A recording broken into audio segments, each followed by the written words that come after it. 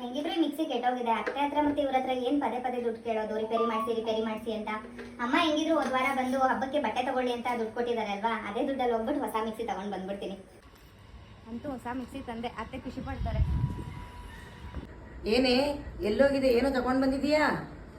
ಅತ್ತೆ ಅದು ನಮ್ದು ಮಿಕ್ಸಿ ಕೆಟ್ಟೋಗಿತ್ತಲ್ಲ ಅತ್ತೆ, ಅದನ್ನ ಒಂದ್ 5 ರಿಂದ 6 ಸಲನಾದ್ರೂ ರಿಪೇರಿ ಮಾಡಿಸಿರ್ತೀರಲ್ವಾ, ಅದಕ್ಕೆ ಮತ್ತೆ ಮತ್ತೆ ಏನ್ ರಿಪೇರಿ ಮಾಡ್ಸೋದು, ಹಾಳಾಗಿದೆ, ತುಂಬಾ ಹಳೇದಾಗಿದೆ ಅಂತ ಅಂದ್ಬಿಟ್ಟು ಹೊಸ ಮಿಕ್ಸಿ ತಂದೆ ಅತ್ತೆ. ಹೇಗಿದೆ ನೋಡಿ. ಎಷ್ಟೇ ಕೊಟ್ಟೆ ಮಿಕ್ಸಿಗೆ? ಏನ್ ದುಡ್ಡೇನು ಗಿಡದಲ್ಲ ಉದುರುತ್ತೆ?